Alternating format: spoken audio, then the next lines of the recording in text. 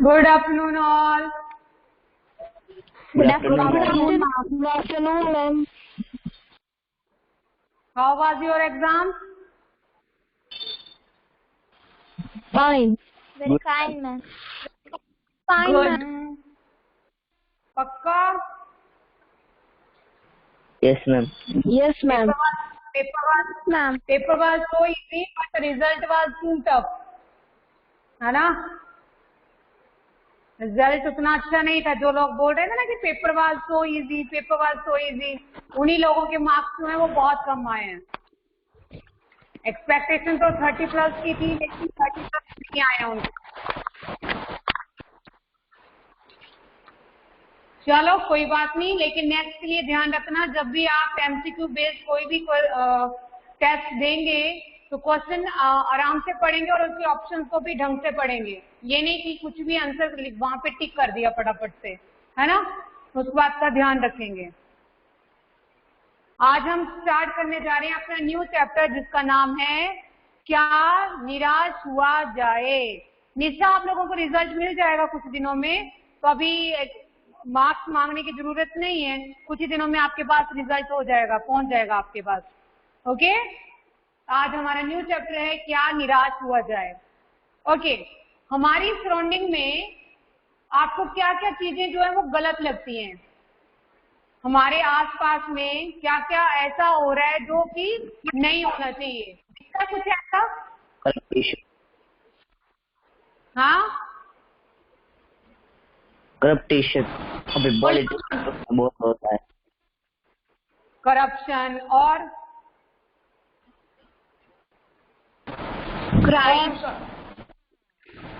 Crime और चोरी वो उसमें आ गया. चोरी, क्राइम आ गया, चोरी डकैती, फिर धोखेधड़ी, फ्रॉड, ये सब कुछ उसमें आ गया ना.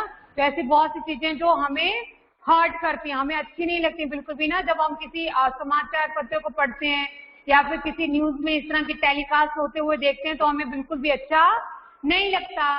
दैट मीन्स ये सब बुरी बातें जो है वो हमें इफेक्ट करती हैं, हमें मतलब दुखी होने पे मजबूर कर देती हैं. तो क्या ऐसा है कि कुछ लोगों के चोरी डकैती या इस तरह के क्राइम करने से या करप्शन करने से सभी लोगों को उसी कैटेगरी में मान लिया जाए, या सब लोग ही चोरी डकैती करते हैं या करप्ट हैं या फिर दूसरों के साथ प्रेम करते हैं? हाँ, ऐसा है क्या? No ma'am. नहीं है ना. No, हर ma'am. कोई एक जैसा नहीं है. कुछ एक लोग हैं जो इस तरह का वातावरण जो है वो हमारी सोसाइटी में पैदा कर रहे हैं, इस तरह का माहौल लेके आ रहे हैं. कुछ एक ही लोग हैं, ज्यादा लोग नहीं है, कुछ एक ही लोग हैं. और हम जैसे लोग जिनको ये चीजें गलत लगती हैं तो उनको ये सब देखने सुनना भी अच्छा नहीं लगता. इनको देख सुनकर या पढ़कर भी हमें दुख ही होता है. तो ऐसे हमारी लाइफ में बहुत सी ऐसी चीजें होती हैं जिनको जो हमारे सामने एकदम से आती है तो हम उसके ऊपर एक राय बना देते हैं ना. जैसे हमारे साथ कुछ बुरा हो गया, हमारे साथ कुछ गलत हो गया, तो हम क्या करते हैं, एकदम से बोल देते हैं अरे आजकल की दुनिया ही खराब है, आजकल लोग कितने मतलब बुरे हो गए. आजकल लोग बिल्कुल भी अच्छे नहीं है, बिल्कुल भी अच्छा बिहेव नहीं करते हैं. वो दूसरों के साथ धोखाधड़ी कर रहे हैं, दूसरों के साथ फरेब कर रहे हैं. देखो तो मेरे साथ कितना बड़ा फ्रॉड कर दिया, या मेरी चीज चोरी कर ली, कैसे लोग हो गए हैं. तो हम उस समय पर एक बार को भी नहीं सोचते कि जिस व्यक्ति के बारे में हम बात कर रहे हैं वो तो सिर्फ कोई एक ही है, लेकिन उसके आजू बाजू जो हमारे बाकी लोग जो हमारे संपर्क में आ रहे हैं वो तो वैसे नहीं है, वो तो उससे अलग है. उसी से संबंधित एक छोटी सी स्टोरी आपको सुनाती हूँ.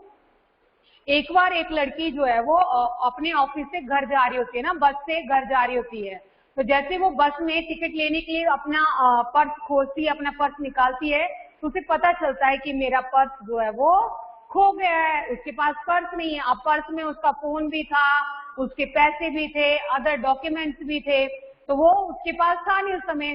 तो बड़ी निराश ही हो जाती है, अपने आप में एक अज्यूम करके बैठ जाती है, देखो कैसे लोग हो गए हैं, कैसी दुनिया हो गई है, मेरे पास तो मेरा पर्स ही नहीं है. अभी वो बस में चढ़ी होती है ना, इसलिए उसी समय पे होता है ये. और ऐसे बाकी सवारियों को तो दोष दे नहीं सकती वो कि हाँ किसी को अपनी चेकिंग करवाओ, अपना मुझे बैग चेक करवाओ या कुछ भी, तो उन लोगों को तो नहीं बोलती है वो. लेकिन अपने मन ही मन वो सोचते देखो कैसी दुनिया आ गई है, कि कभी भी कहीं पे भी कुछ भी चोरी कर लेते हैं, उनको एक बात कोई समझ नहीं आती कि जिसके पर्स की वो चोरी कर रहे हैं, जिसकी वस्तु की वो चोरी कर रहे हैं, शायद उसको उसकी बहुत ज्यादा जरूरत हो, उसके बिना उसका मतलब कोई बहुत बड़ा नुकसान होने जा रहा हो या कुछ भी। एक बार उनके माइंड में ऐसा नहीं आता। कैसे लोग होते हैं, कितनी मतलब बहुत अजीब अजीब तरह की बातें उस व्यक्ति के बारे में उसके मन में आने लगी कि देखो कितनी खराब दुनिया है, कितने वियर्ड लोग हैं, कितने बदतमीज हो चुके हैं, इनको सिर्फ अपना ही भला देखना है, अपना ही प्रॉफिट देखना है, दूसरे को क्या नुकसान होगा उसके बदले में उसके बारे में एक बार को भी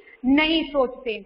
तो इस तरह से सोचते हुए जब वो निराश होगी, जब वो हताश होगी, तो अब मैं क्या करूंगी, ये कंडक्टर आएगा मुझसे टिकट मांगेगा तो मैं उसे कहाँ से टिकट दूंगी, तो बिना पैसे के तो मुझे तो नीचे उतार देगा बिना टिकट के।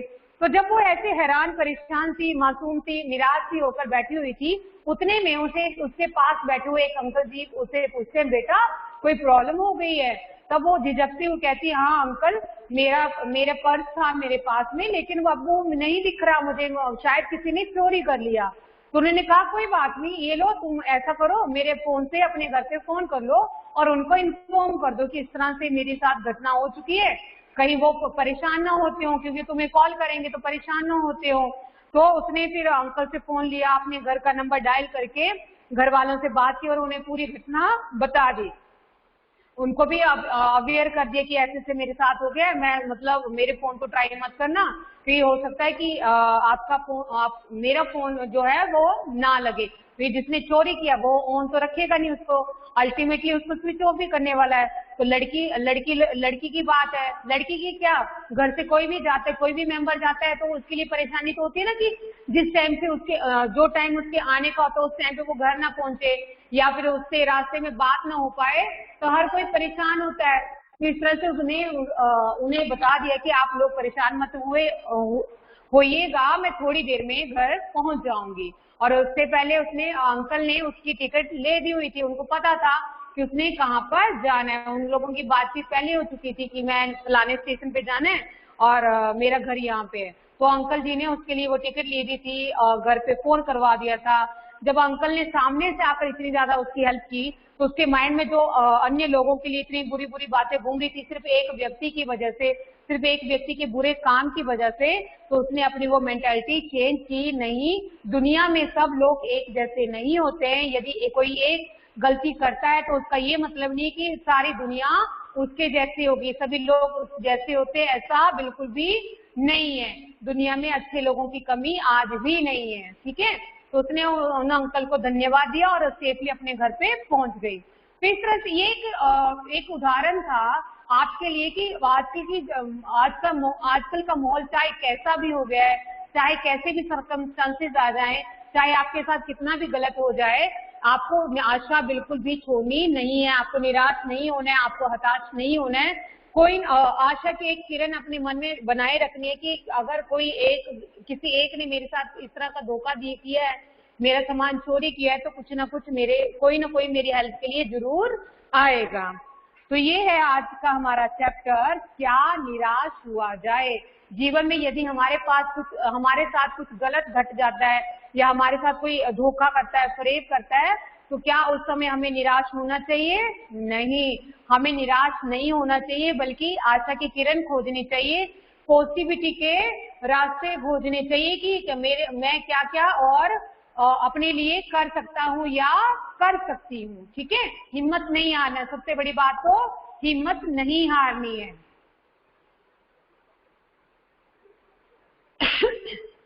चलिए शुरू करते हैं। Page number 51। वर्तमान समय में विघटनकारी सामाजिक परिस्थितियों को देखकर ऐसा लगता है कि ईमानदारी, सच्चाई, परोपकार और सद्भाव जैसे सद्गुण अब समाज में जीवित नहीं हैं। वर्तमान समय में जितनी भी घटनाएं घट रही हैं, जो भी हमारे सराउंडिंग में हो रहा है, जो भी हमारे सराउंडिंग में बीत रहा है या घट रहा है, उसको देखकर ऐसा लगता है कि मानो ईमानदारी, सच्चाई, परोपकार और सद्भाव जैसे गुण जो हैं वो अब जीवित नहीं है। इस तरह के लोग अब समाज में मिलते ही नहीं है। एक बार को ऐसा सोचने पे हमें मजबूर कर देते हैं कि ना तो सच्चाई बची है, ना ईमानदारी, ना कोई परोपकारी है और ना कोई सद्भाव रखने वाला व्यक्ति है। क्योंकि धोखेबाजी और बेईमानी से धन कमाकर लोग सुखी और संपन्न जीवन सुखी और संपन्न जीवन बिता रहे हैं।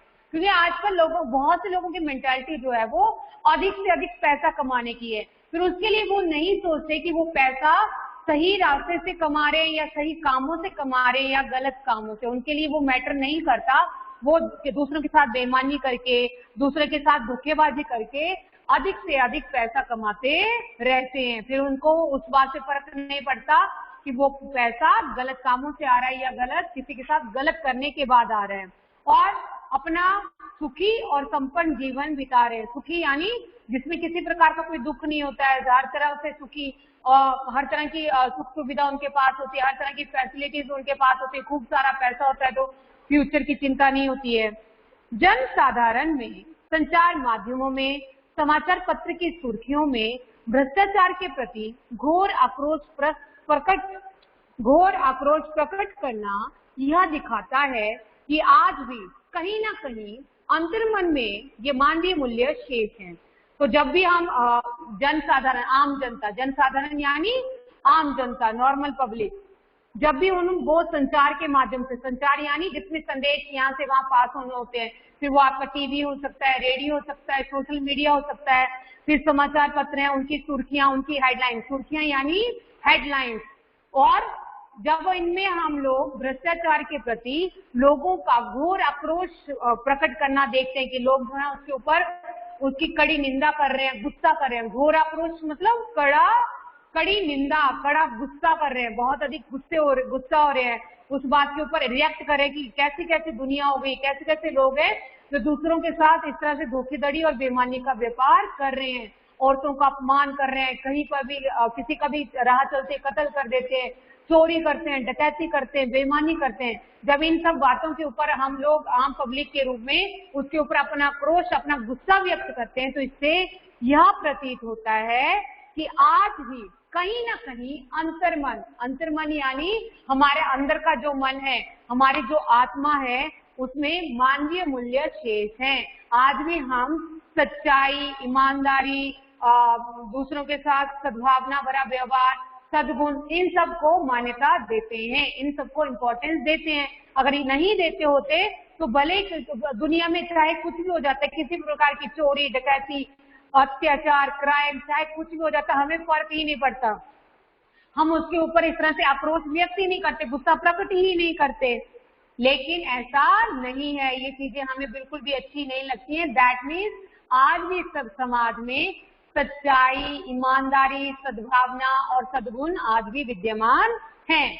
लेखक ने इस निबंध में यह भी प्रमाणित किया है कि समाज में सच्चाई, ईमानदारी, परोपकार और आपसी सद्भाव आज भी विद्यमान है। और लेखक ने ये जो निबंध लिखा है, ये जो ऐसे लिखा है, इसके माध्यम से हमें यह बताने की कोशिश की है, यह प्रमाणित करने की कोशिश की है कि आज भी समाज में सच्चाई, ईमानदारी, परोपकार और आपसी सद्भाव यानी दूसरों के साथ प्रेम पूर्वक व्यवहार करना, दूसरों का सहयोग करना, अगर कोई मुसीबत में है तो उसकी हेल्प करना, ये सारे गुण आज भी विद्यमान हैं, आज भी शामिल हैं, आज भी हमारे जीवन में जुड़े हुए हैं।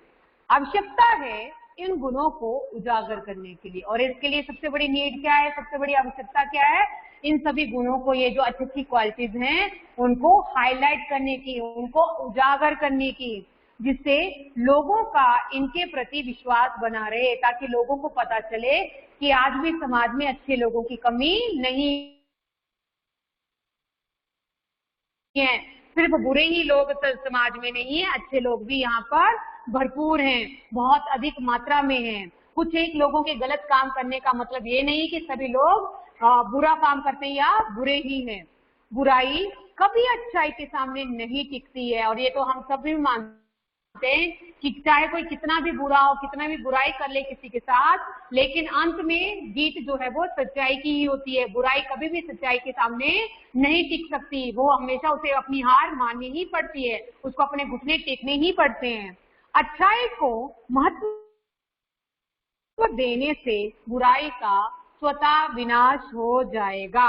ये तो आप मानते ही इस बात को कि यदि हम अच्छे गुणों की ओर ज्यादा ध्यान देंगे, अच्छे गुणों को बढ़ावा देंगे, तो बुराई चाहे कैसी भी हो, कितनी भी बलवती क्यों ना हो, वो अपने आप से ही नष्ट हो जाएगी, उसका अपने आप से विनाश हो जाएगा। मान लो आपकी क्लास में कोई ऐसा बच्चा है, मान लो है तो नहीं अपनी क्लास में, लेकिन अगर कोई ऐसा बच्चा है जिसको आदत है दूसरों की अच्छी अच्छी चीजें जब देखता है तो उनको वो चोरी कर लेता है ना, उसको वो मतलब चोरी करना अच्छा लगता है, या फिर उसकी आदत समझ लो, या उसकी मजबूरी समझ लो, या कुछ भी समझ लो, ठीक है। तो क्या मतलब उसकी तरह बाकी लोग भी वैसा करना शुरू करेंगे? नहीं, उन लोगों को मतलब उस चीज का इतना इफेक्ट नहीं पड़ता कि हाँ किसी ने अच्छी चीज लाई है अपने लिए, लाई होगी, लाता रहे। अगर मम्मी पापा से बोलेंगे और वो लेके देंगे तो अच्छी बात, नहीं लेके देंगे तो हम चोरी नहीं करेंगे। हम बहुत से बच्चे ऐसी मेंटालिटी लेके रखे हुए होते हैं क्योंकि उनके मम्मी पापा हर वक्त उनकी हर कही हुई बात को नहीं मानते या इतनी कैपेबल नहीं होते कि उनको हर चीज ही दिलाते रहे कि आज किसी बच्चे ने नया कंपास बॉक्स लाया है, नई टेक्निक का, नई फैसिलिटी वाला कोई लंच बॉक्स या कुछ भी नया लाया है तो उसको वही का वही दिला दे। तो और बच्चे भी ऐसे होते हैं, उनको समझ में आता है कि अगर पेरेंट्स ने मना किया दैट मीन्स हमें ये चीज नहीं चाहिए या इसकी हमें जरूरत नहीं है। लेकिन कुछ लोग जो कुछ एक होंगे ना, हर कोई नहीं, तो जिसको वो चीजें ज्यादा अट्रैक्ट करती है, उसको ये लगता है कि अगर उसके पास है तो मेरे पास भी होना चाहिए, मुझे तो ये बहुत पसंद है, मेरे पास भी ये होना चाहिए। मम्मी पापा तो लेके देंगे, चलो इसको ऐसे ही गलत तरीके से लेने की ट्राई करें, लेकिन वो कब तक तो ऐसा करेगा, है ना, हर वक्त तो ऐसा नहीं कर पाएगा। बाकी लोगों की अच्छाई देखते उसको ये समझ में आएगा कि एक मैं ही हूँ जो क्लास में इस तरह से चोरी करके दूसरों की चीजें लेता हूँ, दूसरों को परेशान करता हूँ, दूसरों को दुखी करता हूँ, लेकिन और तो कोई भी ऐसा नहीं जिसको इन चीजों से फर्क पड़ता है, और ना तो खरीद के लाते हैं, ना इस तरह से मेरी तरह चोरी करने की सोचते हैं। तो धीरे धीरे उसकी खुद की चोरी करने की आदत भी छूट जाएगी, क्योंकि वो क्लास से सीखेगा, बाकी लोगों से सीखेगा कि इस तरह की चीजें हमें इम्पैक्ट नहीं करनी चाहिए, हम पर इम्पैक्ट उन चीजों का नहीं होना चाहिए जो चीजों की सच में हमें जरूरत नहीं है और सिर्फ शो ऑफ के लिए या दिखावे के लिए जो चीजें होती हैं। ठीक है, भारत की मिट्टी में कुछ अनूठा है जो कई बाधाओं के बावजूद हमेशा महान आत्माओं और दिव्य आदर्शों से परिपूर्ण रहा है। ये कहा था लोकमान्य तिलक ने कि भारत की मिट्टी में शायद कुछ ऐसा अनूठापन है, ऐसा अनोखापन है कि कई बाधाओं के बावजूद, चाहे कितनी भी ऑब्स्टेकल आ जाए, कितनी भी रुकावटें आ जाए, उसके बावजूद, उसके अलावा भी, उसको पार करके भी बहुत सी महान आत्माओं और दिव्य आदर्शों ने भारत भूमि में जन्म लिया है और वे हमेशा दिव्य आदर्शों से ही परिपूर्ण रहते हैं। भले ही उनका जीवन कितना भी कठिनाई से भरा हुआ हो, कितना भी मुश्किलों से भरा हुआ हो, वे कभी भी अपने जीवन मूल्यों को पीछे नहीं छोड़ते हैं। कभी भी थोड़ी सी मुसीबत आने पर या थोड़ा सा कष्ट झेलने पर वो अपने आदर्शों को, जीवन मूल्यों को कभी भी छोड़ते नहीं हैं। कौन रीड करेगा?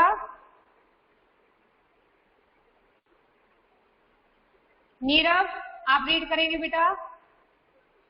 नीरव, एम आई ऑडिबल बेटा? Nirav, yes ma'am. रीड करो बेटा। No ma'am, you are audible का यस था। Okay, Nirav, are you there बेटा? Nirav, why don't you reply? मैं रीड करूं? चलो मैम मैं आई, मैम मैं Sarfaraz, ma'am your video is paused. my video is not paused. It Ma'am, might your be video is your paused, side ma'am. trouble. Ma'am your video is No, अरे अभी नहीं है भाई, रुक जाओ, 1 मिनट तो वेट किया करो। जब मैं चैट चेक करती हूँ ना उस टाइम पे वीडियो पॉज होता है। जब मैं चैट चेक करती हूँ या आपकी अटेंडेंस देखती हूँ उस टाइम पे पॉज होता है। अभी नहीं होगा, वेट तो किया कीजिए। अभी है पॉज? No ma'am. अभी पॉज है, फिर थोड़ा सा तो वेट कर लिया कीजिए, 1-2 सेकेंड अगर पॉज होती, that is not troublesome. Okay, yes Sarfaraz. मेरा मन कभी कभी बैठ जाता है। समाचार पत्रों में ठगी, डकैती, चोरी, तस्करी और भ्रष्टाचार के समाचार भरे रहते हैं।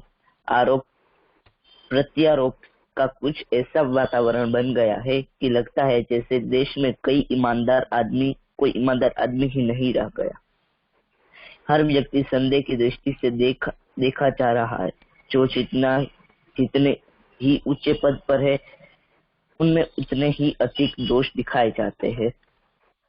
ओके बेटा, यहाँ पे लेखक ने निबंध लिखना शुरू किया और निबंध लिखते हुए वो अपने आप को इंट्रोड्यूस करते हुए क्या कहते हैं, मेरा मन कभी कभी बैठ जाता है। मन बैठ जाना ये एक मुहावरा है। मन का बैठना मतलब मुहावरा। क्या अर्थ होगा इसका? मन का बैठना, टेंशन आना, उदास हो जाना, उदास हो जाना, दुखी हो जाना, निराश हो जाना, है ना। तो लेखक का मन कभी कभी बैठ जाता है, कभी कभी बहुत अधिक दुखी होता है, कभी कभी बहुत निराश हो जाते हैं। समाचार पत्रों में ठगी, डकैती, चोरी, तस्करी और भ्रष्टाचार के समाचार भरे रहते हैं। जब भी वो समाचार पत्र पढ़ते हैं तो उन्हें क्या क्या पढ़ने को मिलता है? उसमें ठगी है, डकैती है, चोरी, तस्करी और भ्रष्टाचार। इन सब के समाचारों से सारा का सारा, पूरा का पूरा समाचार पत्र जो है वो भरा रहता है और उसे पढ़ कर लेखक जो है वो दुखी होते हैं।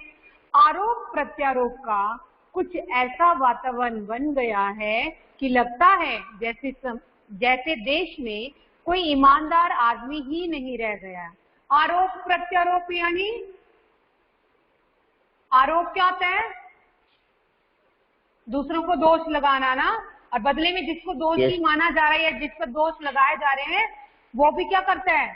बदले में और दोष देता है। अरे जस्ट अ मिनट बेटा।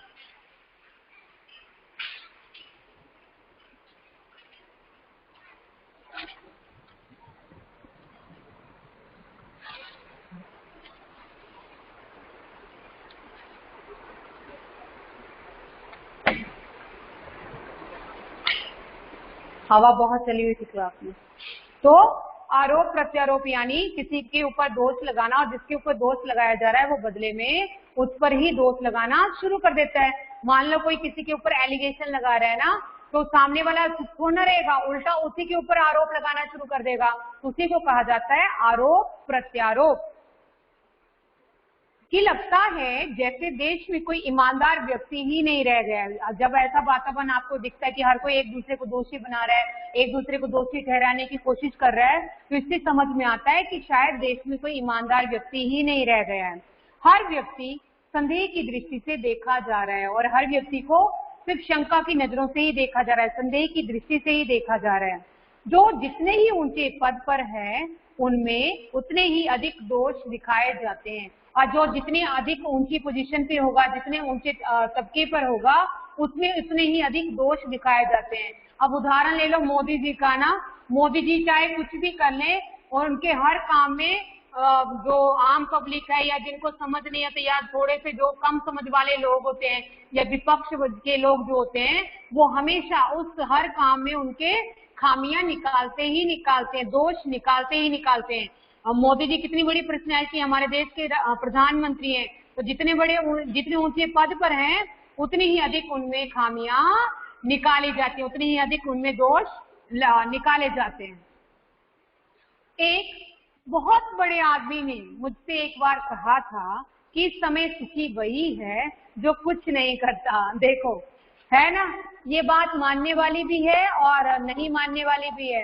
कि एक बार क्या हुआ, एक बहुत बड़ा इंसान था या कोई बहुत बड़ा आदमी था जिसने लेखक को बताया कि आजकल की दुनिया में, आजकल के युग में सुखी वही है जो कुछ नहीं करता, जो नकारा है, जो कोई काम ही नहीं करता, वही सुखी रह सकता है। अदरवाइज जो भी काम करता है या जो भी कुछ आगे करने की कोशिश करता है उसको हमेशा क्या मिलते हैं? दोष मिलते हैं, उसको उसके ऊपर आरोप लगते हैं।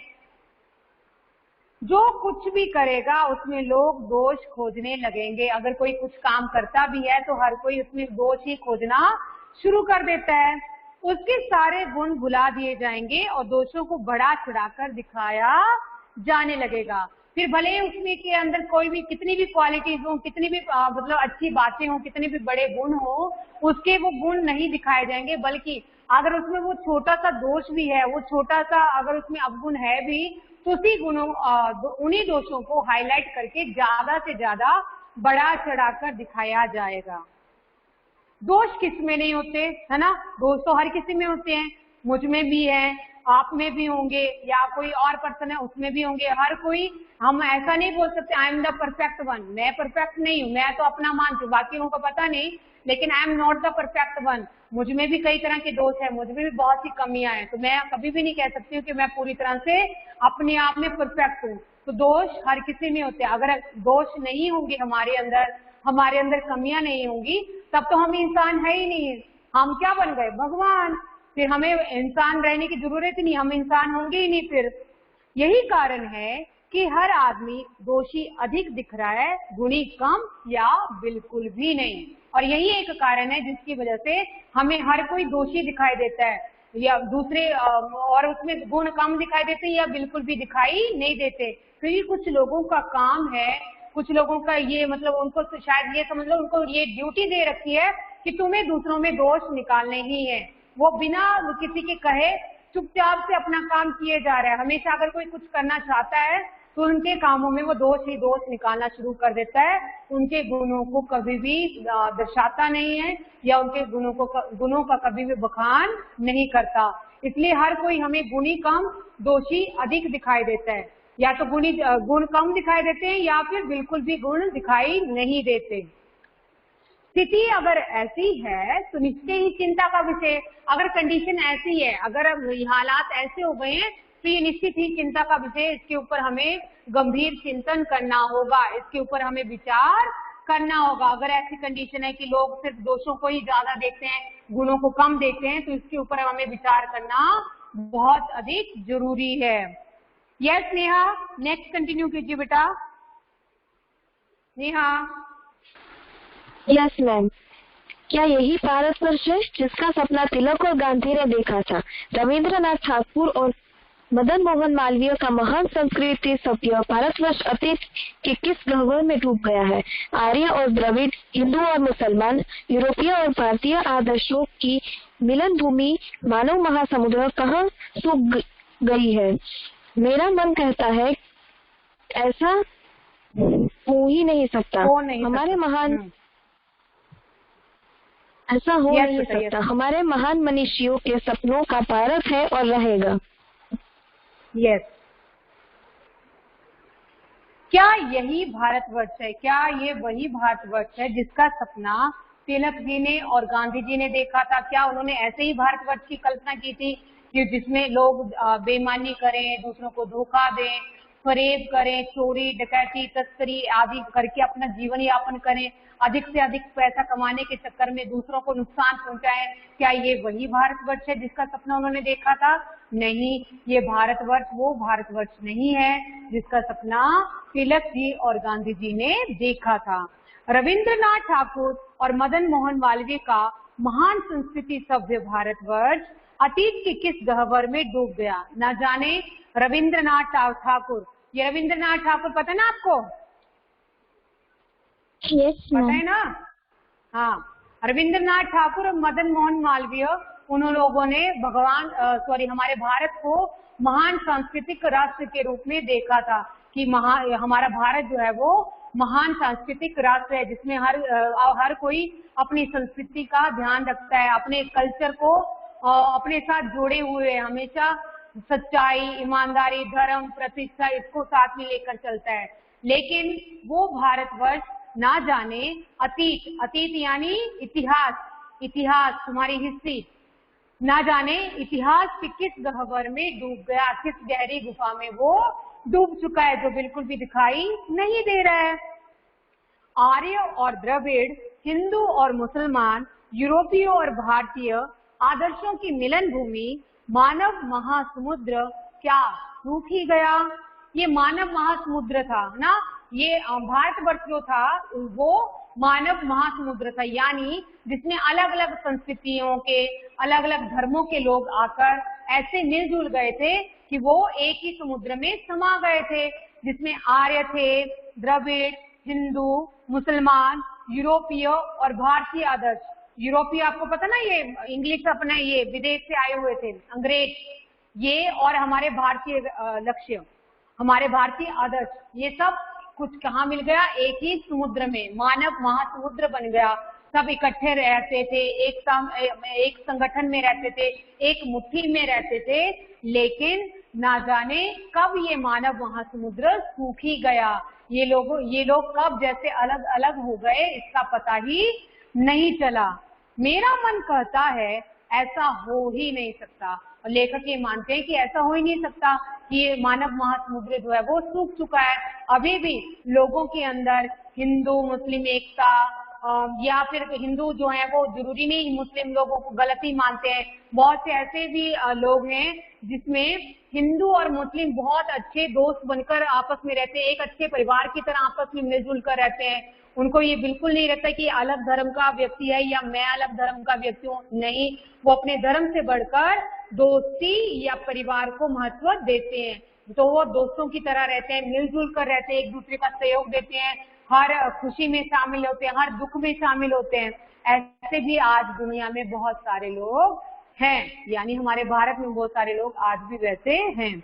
हमारे महान मनुष्यों के सपनों का भारत है और रहेगा। हमारे जो महान विद्वान हैं, जितने भी मतलब विचारक हैं, विद्वान हैं, उनका जो महान भारतवर्ष का जो सपना है, जिस महान भारतवर्ष की जो कल्पना उन लोगों ने रखी थी, या जैसा महान भारतवर्ष वो चाहते हैं, वैसा महान भारतवर्ष है और सदा रहेगा। कुछ और एक लोगों के गलत करने की वजह से वो खत्म नहीं हो जाएगा, वो बिल्कुल भी नष्ट नहीं होगा। निष्ठा, निष्ठा, निष्ठा रीड करो बेटा। निष्ठा,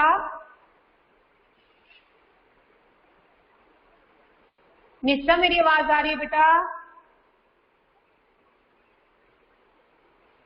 I think I am not audible to Nishtha. Yes, Bhumi, you can बेटा।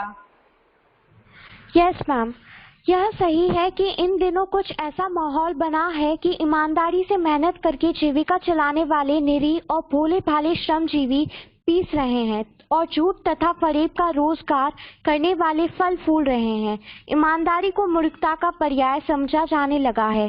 सच्चाई केवल भीरों और बेबस लोगों के हिस्से पड़ी है। ऐसी स्थिति में जीवन के महान मूल्यों के बारे में लोगों की आस्था ही हिलने लगी है। ओके बेटा, just a minute, where is my chalk. यह सही है कि इन दिनों कुछ ऐसा माहौल बन गया, ऐसा वातावरण हो गया, या ऐसी स्थिति हो गई है कि ईमानदारी से मेहनत करके जीविका चलाने वाले, कि किसके घर में आ रही इतनी प्यारी साउंड चिड़िया की? किसका माइक ऑन है? मैम आपने मीटिंग लॉक नहीं किया ना, मैं फिर से एक बार लीव करके ज्वाइन करती हूँ, नेटवर्क इश्यू। हाँ बेटा, और ये बात बिल्कुल सही है कि इन दिनों कुछ ऐसा माहौल बन गया, ऐसा वातावरण बन चुका है कि ईमानदारी से मेहनत करके जीविका कमाने वाले, यानी मेहनत और ईमानदारी से कमाने वाले जो लोग हैं, ईमानदार लोग जो हैं, वो निरीह और भोले भाले श्रमजीवी पिस रहे हैं। यानी अगर कोई मान लो ईमानदारी से या मेहनत करके पैसा कमाना चाहता है, तो लोग उसको और भी ज्यादा उसका शोषण करते हैं, उसको और भी ज्यादा नीचे लेके जाने की कोशिश करते हैं। अब उदाहरण में बताऊं कैसे। कभी आपने देखा होगा ये जो छोटे छोटे दुकानदार होते हैं, जो सड़क किनारे छोटे सा मतलब ऐसे ही सड़क पे अपना सामान फैलाकर बेचते हैं, या रेडी आप जिसको आप फड़ी बोलते हो उसको लगा के अपना सामान बेचते हैं, तो बार्गेनिंग जो है वो लोग वहीं पर ज्यादा करते हैं। अगर कोई मान लो 50 रुपए की चीज बेच रहा है, तो उसको कम से कम वो 20 रुपए में लेने की कोशिश करेंगे, ठीक है। लेकिन वैसे ही लोग जब किसी रेस्टोरेंट में जाते हैं या किसी मॉल में जाते हैं, तो जो चीज का दाम वैसे जो नॉर्मली उस रेडी पे उसे 50 रुपए की मिलने वाली थी, और उसी चीज का दाम वहां पे दुगना है, यानी 100 रुपीज है, तो वो 100 के 100 रुपीज उसको दे देगा। वहां पे बिल्कुल भी बार्गेनिंग नहीं करेगा, क्योंकि उसे पता है वहां पे बार्गेनिंग करेंगे नहीं, वहां पे ट्रेंड ही नहीं है बार्गेनिंग का, क्योंकि उनका तो पहले से ही फिक्स रेट होता है। तो वो जो ग्राहक है वो एक बार को नहीं सोचेगा कि मैं जो अगर मैं यहाँ पे बार्गेनिंग नहीं कर रहा हूँ, अगर मान लो मैं यहाँ पे उनको पूरा का पूरा पैसा दे रहा हूँ, तो क्यों ना मैं उस गरीब को जो शायद मेरे ही मतलब मेरे द्वारा कमाई गई वस्तु से ही या मेरे से जो कमाई करेगा उसी से अपना घर चलाने वाला है, उसी से अपना पेट भरने वाला है, तो मैं क्यों उससे बार्गेनिंग करने बैठूं। अगर कोई 50 मांगता है तो उससे 50 देने में दिक्कत नहीं होनी चाहिए। और ये गरीब जो लोग होते हैं जो इस तरह से रेडी या ये सड़क किनारे सामान बेचने के लिए बैठे होते हैं ना बेटा, वो कभी भी ज्यादा पैसा नहीं मांगते हैं। वो मतलब ज्यादा थोड़ा ज्यादा तो होता है क्योंकि उन्होंने उसके ऊपर कमाई तो करनी है, 10-20 के ऊपर उनका मार्जिन उसके ऊपर नहीं होता है, तो जितना वो लोग मांगे उतना हमें दे देना चाहिए। लेकिन हम लोग ऐसा नहीं करते। बार्गेनिंग करेंगे तो उन छोटे छोटे दुकानदारों के साथ, उन डेली कमा के खाने वाले लोगों के साथ, लेकिन जब मॉल में जाएंगे, रेस्टोरेंट में जाएंगे, जितना बिल बनेगा उतना तो देंगे ही देंगे, साथ में उस वेटर को अलग से टिप भी देंगे। लेकिन अगर छोटे से ढाबे पे जाते हैं तो वहां पे टिप तो क्या देनी है, वहां पे उल्टा कम ही दे के आएंगे। ऐसा नहीं होना चाहिए। हम लोग क्या कर रहे हैं, जो मेहनत करके पैसा कमा रहे हैं, जो ऐसे श्रमजीवी लोग हैं, उन्हीं को ही और ज्यादा नीचे धकेल रहे हैं, तो इससे श्रमजीवी ही पिस रहे हैं, वो मेहनत करके जीविका कमाने वाले ही पिस रहे हैं। और झूठ तथा फरेब का रोजगार करने वाले फल फूल रहे हैं। पता है, वो बताया मैंने अभी, मॉल, जहाँ पे मॉल में दुकानें लेंगे, पहले तो उनको मॉल में दुकान ही इतनी महंगी मिली होती है ना, इतने ज्यादा पैसा लेके उन्होंने दुकान को खरीदी होती है, परचेज की होती है, उसके ऊपर जो सामान लाएंगे उसको फिर वो डबल ट्रिपल दामों में बेचेंगे, और हम लोग भी जाके वहां पे वो ट्रिपल रेट में वही चीजें लेके आ जाएंगे।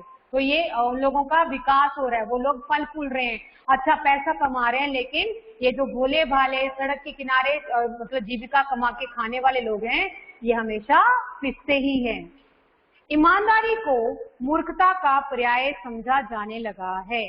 सच्चाई केवल भीरू और बेबस लोगों के हिस्से ही आ रही है। भीरू का मतलब क्या होता है? भीरू का मतलब पता है आपको? भीरू होता है बेटा डरपोक। डरपोक, ठीक है। तो ईमानदारी को मूर्खता का पर्याय समझा जाने लगा है। अगर कोई ईमानदार है तो उसे क्या मान लिया जाता है, ये तो मूर्ख है, ये तो इसको तो समझ नहीं, ये तो डम्ब है, इसको तो पता ही नहीं चलता है कि आजकल ऐसे नहीं होता है, आजकल थोड़ा स्मार्ट बनना होता है। स्मार्ट इन द सेंस कि दूसरों को मतलब ज्यादा से ज्यादा दूसरों से फायदा उठाओ, ज्यादा से ज्यादा दूसरों से कमाई करो, उसी को ये मतलब आजकल स्मार्ट बोलते हैं, उसी को आजकल ज्यादा होशियार होना कहते हैं। लेकिन जो ईमानदारी से बड़े ईमानदारी भरे तरीके से काम करना चाहता है उसे तो लोग मूर्ख समझते हैं, उसे तो मूर्ख मानते कि वो मंदबुद्धि है, बेकार है, मूर्ख है। सच्चाई केवल भीरू और बेबस लोगों के हिस्से पड़ी है।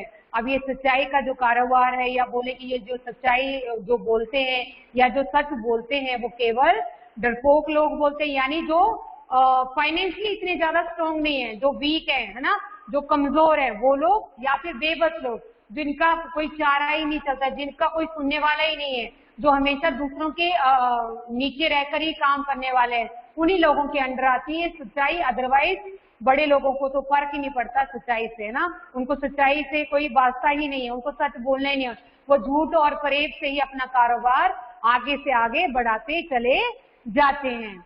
ऐसी स्थिति में जीवन के महान मूल्यों के बारे में लोगों की आस्था हिलने लगी है। और ऐसी स्थिति में, ऐसी कंडीशन में क्या होने लगा है कि जीवन के जो महान मूल्य थे, जो हमारी ग्रेट वैल्यूज थी, उसके बारे में लोगों की आस्था जो है, उनका जो विश्वास है, आस्था यानी विश्वास, जीवन आदर्शों के प्रति जो विश्वास था वो अब हिलने लगा है। ठीक है कि ये सच्चाई कोई किसी काम की चीज नहीं है, ये ईमानदारी करके देख लिया, लेकिन ये ईमानदारी से भी कुछ नहीं होने वाला, ये तुम जितने मर्जी लॉयल बन लो किसी के प्रति, तुम्हें कोई फायदा नहीं होने वाला। इस तरह से लोगों की आस्था, उनका विश्वास जो है वो अब टूटता चला जा रहा है, उन्हें अब इस पे विश्वास नहीं रहा है। परंतु ऊपर ऊपर जो कुछ दिखाई दे रहा है वह भी हाल की मनुष्य निर्मित नीतियों की त्रुटियों की देन है। लेकिन आजकल हम जो भी माहौल या जो भी चेंज अपने वातावरण में देख रहे हैं, अपनी सराउंडिंग में देख रहे हैं, वो किसका परिणाम है? हमारे द्वारा मनुष्य निर्मित नीतियों का, मनुष्य के द्वारा निर्मित जो नियम बना दिए गए हैं, जो कानून बनाए गए, उसी की ये खामियां हैं, उसी की ये त्रुटियां हैं, उसी की ये सारी गलतियां हैं, जिसकी वजह से ऐसा माहौल बन चुका है। सदा मनुष्य बुद्धि नई परिस्थितियों का सामना करने के लिए नए सामाजिक विधि निषेधों को बनाती है। और ये मानव बुद्धि जो है निरंतर नई से नई सोच बनाए रखती है, नए से नया नियम कानून बनाने में ही लगी रहती है कि हमें आगे तरक्की करने के लिए, जीवन पथ पर आगे उन्नति करने के लिए, प्रोग्रेस करने के लिए कौन कौन से नियम बनाने चाहिए, कौन कौन से कानून बनाने, इसी में ही वो लगे रहते हैं और उनके ठीक साबित न होने पर उन्हें बदलते हैं। और जब उन्हें लगता है कि ये हमारे अकॉर्डिंग नहीं चल रही है, नियम कानून जो है वो उतने सुटेबल नहीं है, उतने ज्यादा बेनिफिशियल नहीं है, तो उनको चेंज भी करती रहती है। नियम कानून सबके लिए बनाए जाते हैं, ये तो आपको पता ही है। जो भी रूल रेगुलेशंस बनते हैं, नियम कानून यानी रूल रेगुलेशंस, तो जो बनते हैं तो वो सबके लिए होते हैं, मेरे लिए, वे आपके लिए, या आम पब्लिक, या कोई बड़ा आदमी उसके लिए भी, सबके लिए एक जैसे ही होते हैं। पर सबके लिए कभी कभी एक ही नियम सुखकर नहीं होता। लेकिन क्या होता है, ये जो एक नियम जो सबको देखकर सबके लिए एक ही नियम बना दिया गया है, वो सबको सुखकारी नहीं होता, सबको सुख नहीं देता। किसी न किसी को उसकी वजह से दुख उठाना ही पड़ता है, कष्ट उठाना ही पड़ता है उन नियमों की वजह से। सामाजिक कायदे कानून कभी कभी युग युग से परीक्षित आदर्शों से टकराते हैं। इससे ऊपरी सतह आलोड़ित भी होती है, पहले भी हुआ है, आगे भी होगा। उसे देखकर हताश हो जाना ठीक नहीं है। ये सामाजिक कायदे कानून जो समाज में हम एक दायरा बना देते हैं, कुछ कंडीशंस अप्लाई कर देते हैं, कुछ नियम कायदे बना देते हैं, ये युग युग से परीक्षित है, ये युग युग से चले ही आ रहे हैं।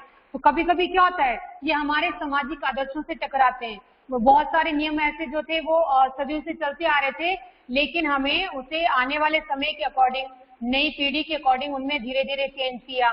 जैसे बाल विवाह, ये सती प्रथा, ऐसे बहुत सारे नियम कानून थे जो पहले के समय में होते थे, लेकिन अभी ऐसा नहीं है। उनको रोकने के लिए हमने उसके ऊपर और नियम कानून बना दिए ताकि वही प्रथाएं, वही रीति रिवाज जो है फिर से फॉलो ना हो पाए। फिर भी कुछ लोग उन नियमों कानूनों को आज भी नहीं मानते और चुपचाप से, चुपके से उन नियमों को तोड़ते हुए, उनका उल्लंघन करते हुए आज भी लड़कियों की 18 वर्ष की आयु से पहले और लड़कों की 21 वर्ष की आयु से पहले ही शादी कर देते हैं। वो कानून तोड़ने में पीछे नहीं है, उनको कोई पूछने वाला नहीं है ना। गांव में होता है ज्यादातर ये, जहाँ पे देहाती गांव होते हैं। इससे क्या होता है, हमारा जो समाज है उसमें फर्क पड़ता ही पड़ता है। वो उसका जो रूप है, उसका जो स्ट्रक्चर है, वो चेंज होता ही रहता है। पहले भी हुआ है, आगे भी होता रहेगा। उसके ऊपर प्रभाव तो पड़ेगा ही पड़ेगा, उसे वो इफेक्ट करेगा ही करेगा। उसे देखकर हताश हो जाना ठीक नहीं है। अगर हम ऐसा देखें कि हाँ, समाज में निरंतर ये चोरी, डकैती, तस्करी और ये सब कुछ बढ़ता ही चला जा रहा है और ऐसा ही रहेगा, और उसे देखकर हम हार मान के बैठ जाएं, निराश होकर बैठ जाएं, तो ऐसा नहीं होना चाहिए। बल्कि समाज को चेंज करने के लिए, अभी मान लो as a student, as a child, आपको लगता है कि बहुत सी चीजें जो है वो हमारी सराउंडिंग में गलत हो रही है, आपके एक बार बोलने से या 2 बार बोलने से कोई व्यक्ति जो है वो गलत काम किए जा रहा है, नहीं मान रहा है, तो आपको उसके लिए हताश नहीं होना है। आपको उसके लिए कड़ा निर्णय करना है, एक कठिन प्रण लेना है कि जब मैं बड़ा होऊंगा तो अवश्य ही इसके लिए कुछ ऐसा नियम बनाने की कोशिश करूंगा, या अपने समाज में बदलाव लाने के लिए निश्चय ही ऐसे कदम जरूर उठाऊंगा जिससे आने वाली पीढ़ियों को इस तरह की मुसीबतों का सामना ना करना पड़े। लेकिन पहले तो एक कदम उठाने की देर है ना, कोई एक कदम उठाएगा तभी उसके साथ और लोग भी जुड़ेंगे। ऐसा तो नहीं है कि मैं ये सोच के बैठ जाऊं, अरे मेरे एक अकेले के करने से क्या होता है, ऐसा नहीं होता है। ऐसी सोच तो हर किसी के दिल में होगी तो कभी भी बदलाव सोसाइटी में, हमारे राष्ट्र में, हमारे भारत में आएगा ही नहीं। लेकिन जब हम अपने मन में ये धारणा बना के रखें कि अगर मैं एक कदम उठाता हूँ तो मेरे साथ 4 कदम और जुड़ेंगे, और इस तरह से करते करते मल्टीप्लिकेशन होते होते बहुत सारे लोग हमारे साथ उस मुहिम में जुड़ जाएंगे और हम आगे बढ़कर अपने समाज को सुधारने का एक नया प्रयास कर पाएंगे, अपने भारत को ऊंचाई की बुलंदियों पर ले जाएंगे, हमारे भारत को ऐसे गौरवान्वित स्थान पर ले जाएंगे कि क्या बेटा ma'am example Sonu Sood sir, हाँ इन्होंने अभी एग्जाम्पल सोनू सूद सर जिन्होंने अभी बहुत सारे इनको घर जाना था। वही एक अकेला ऐसा इंसान था जिसके पास शायद बाकी एक्टर्स से कम पैसा हो ना, उनके पास इतना ज्यादा नहीं था, अरबों रुपया नहीं था उनके पास, लेकिन फिर भी उन्होंने एक स्टेप उठाया कि अपने गरीब भाइयों बहनों के लिए। उन्होंने देखा कि मेरा देश जो है, मेरी सराउंडिंग में जो लोग हैं वो घर जाने के लिए तरस रहे हैं, उन लोगों को खाने को नहीं मिल रहा है, वो लोग पैदल ही अपने घरों को दौड़े चले जा रहे हैं। तो उन्होंने अपने एक स्टेप से उन लोगों के लिए एक मुहिम चलाई और वो मुहिम अभी तक चली हुई है। आज भी ट्विटर पे, सोशल मीडिया पे लोग अपनी पर्सनल लाइफ के लिए या अपनी पर्सनल नीड्स के लिए उनसे हेल्प मांगते हैं कि हमें ये प्रॉब्लम हो रही है, सोनू भैया आप हमारी हेल्प कीजिए। आज भी वो एक आइडल बन के हमारी सोसाइटी में उभर कर आए हैं। क्या वो भी हमारी और आपकी तरह एक नॉर्मल इंसान है? वो भी तो बाकी एक्टर्स की तरह या बाकी बड़े लोगों की तरह बैठकर तमाशा देख सकते थे कि जा रहे हैं गरीब तो जाते रहे अपने घर, इनको तो ऐसे धक्के खाने, तो ऐसे धक्के खाएंगे, जाते रहे अपने घर। लेकिन नहीं, उन्होंने अपनी तरफ से एक स्टेप उठाया और उनका स्टेप इतना ज्यादा कारगर साबित हुआ कि आने वाले समय में जिन लोगों की उन्होंने इतनी ज्यादा हेल्प की है या जिनकी हेल्प नहीं भी की है, हम और आप जैसे लोग जो हैं वो उनको हमेशा याद रखेंगे, उनकी हमेशा रिस्पेक्ट करेंगे, उनको एक तरह से वो एक पूजने वाले स्थान पर ही पहुंच गए हैं। बहुत से लोगों के लिए वो भगवान बन चुके हैं, बहुत सारे लोगों के जीवन में वो नई आशा लेके आए, बहुत सारे लोगों का जीवन उन्होंने इतना सुधार दिया कि वो लोग आज अपनी खुद की कमाई कर रहे हैं और भूखे नहीं मर रहे ना। दैट्स गुड बेटा, बहुत अच्छी बात है, आप अवेयर हो अपनी सोसाइटी के बारे में, दैट्स ग्रेट।